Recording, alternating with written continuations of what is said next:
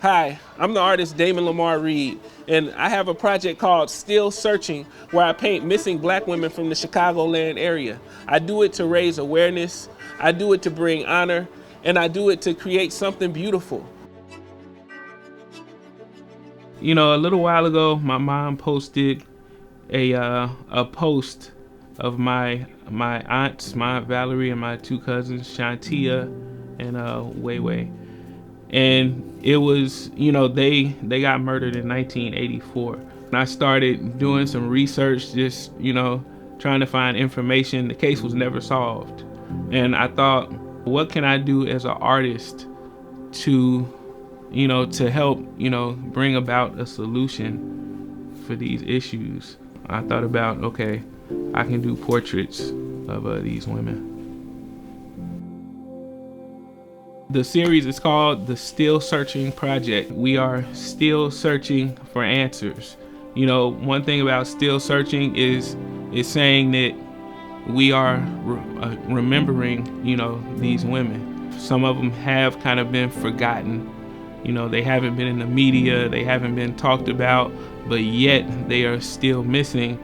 So, you know, I want to show the world that yes, we are still searching, and we're going to keep going until we find answers, until we find resolution, until, you know, we bring women back home.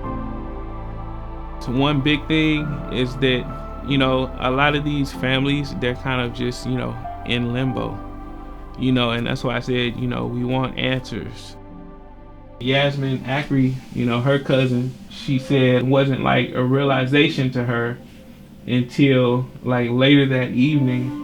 It was, Yasmin was on the news, and she had seen other missing girls on the news before, but she said when she saw Yasmin on the news, that's kind of like when she knew, like, okay, this is like, you know, this is real. I think closure is important to all of us, because when something starts, you want to know how it ends. This is a person. This isn't, you know, my dog ran away. This is a person that's missing. So we want to know. It's always going to linger in the back of our head. It's not like we just know she passed away, how she passed away, and that she's buried. Or it's more so like, is she coming back? Is she going to be found in a river? Will we know what happened to her before we pass away? Like, we just won't. We just don't know.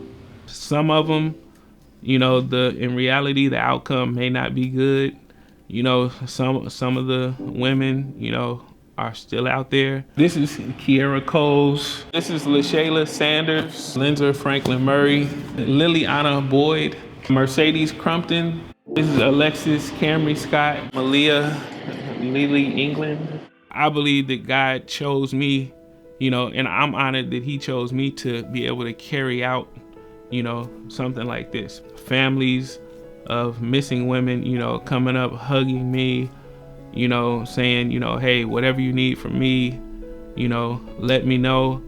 You know, that's an honor for me as an artist. You know, I'm just doing what I know how to do. You know, I'm just painting the picture, and, you know, they're the one with, you know, somebody missing, and they're the ones that are going through, you know, things that I can't imagine.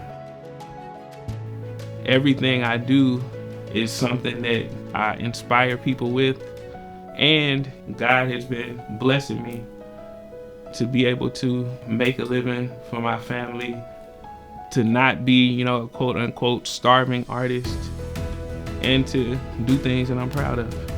I feel like the art has kind of moved into like civic engagement, you know, because a lot of this is about, you know, even though I'm painting women that are missing, but it's about keeping safe, you know, the women that are here and aren't missing. When I first had, you know, the idea came to me, I thought it was, you know, a big project. Sometimes you can have a good idea, but then sometimes you can have a God idea, you know, which is something where you kind of know, like, okay, this, like, you know, sometimes you have a feeling like, okay, I really have, like, this is something. Damon is a godsend. I remember when my daughter showed me the picture and I was stuck. I got chills over my body, and I prayed for him because God touched him He used him to do an assignment, to wake up everybody and show them and put it in their face. It's the passion. It's everything that he actually put in this work, and it spoke, you know, to me personally. It brought awareness to such a dark place. You know, before and after my art show, I've done probably about 4 or 5 interviews. Each interview, I've also invited like a family member on with me. So, that's media that missing woman, that case, would not have had before.